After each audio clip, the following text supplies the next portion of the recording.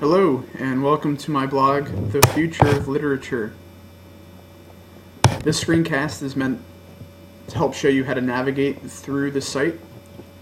If you're watching the screencast right now, it means that you're on the home page of my blog. The home page just has a small introduction of what to expect when going through this blog, as well as the screencast. Up at the top of the blog, you'll see that there is a menu bar, and this menu bar has links to all the different pages that are in my blog. So right now we are on the home page. The next page would be the book review, and by clicking on book review, it'll bring us to my book review of Technology, Literature, and Culture by Alex Goody. It's a summary of the book, as well as an analysis of her arguments. There are also some choice quotes that I picked out from the book to give to you. The next page up on the menu bar is my interview. By clicking on that, it'll bring you to my interview with Julia Shackelford, a writer and producer here in the San Francisco Bay Area. The newest book that she helped put out was Combat Kama Sutra by David B. Johnson. I asked her some questions about the book itself, her general experiences with technology and literature, as well as what she predicts for the future. The book Combat Kama Sutra has a mobile app under the same name that goes with the book, which is why I felt she would be an authority when asking about the relationship between literature and culture. Down at the bottom of the interview, you can find that there are some resources to both the book's website, combatkamasutra.com, as well as livethedreamcommunications.com, which is her company. So back up at the menu bar, you can see the next one is observation. The observation that I did was an online survey, which was meant to get a sense of people's feelings about the current state of literature, as well as how or if they felt optimistic about the future. So there's just a summary of the data that I collected, as well as a short conclusion and analysis of this data. Next is media. You see that I clicked on media. You don't have to, but if you do, it brings you to this page right here, which then gives you an option to go to either the image page or the video page. But you see that if you just hover over the title media, there's a drop-down menu, which will bring you to the same pages, either image or video. So I'll click on image, and it'll bring us to the image that I chose. Had some relationship to the research that I was doing.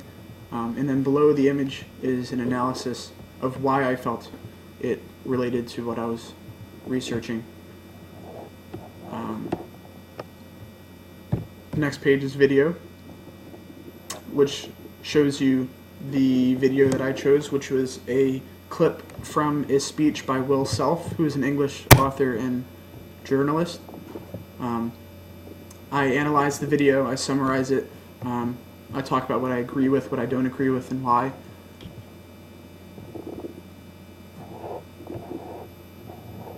And then the next title is the 3 opinion articles. You can see it's also a drop-down menu.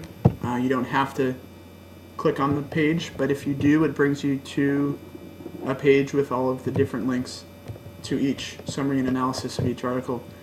So click on America's New Literary Generation, which is the first article that I summarized and analyzed. Right below the title, there's a link to the article itself, so you can read that and then get a sense of the summary and analysis that I did on the article. The second article is A New Generation of Literary Journals. It's the same thing. It's a summary and analysis of the article with a link to the article itself up at the top. And then the third, The Future of Literature, is no different. A link to the article itself, as well as a summary and analysis. The last title up at the top of the menu bar is 2 reflections This also has a drop-down menu. The first reflection is one of the survey. It's my reflection on the survey. It's a more in-depth conclusion of what I got out of holding the online survey, as well as some background information on how it came about. The second reflection is on the critical question, and that's the critical question was the question that I asked. It was the focal point of all of my research throughout this project. The reflection is on how it came to be my critical question, what it was initially, in its evolution throughout my research, and how I ended up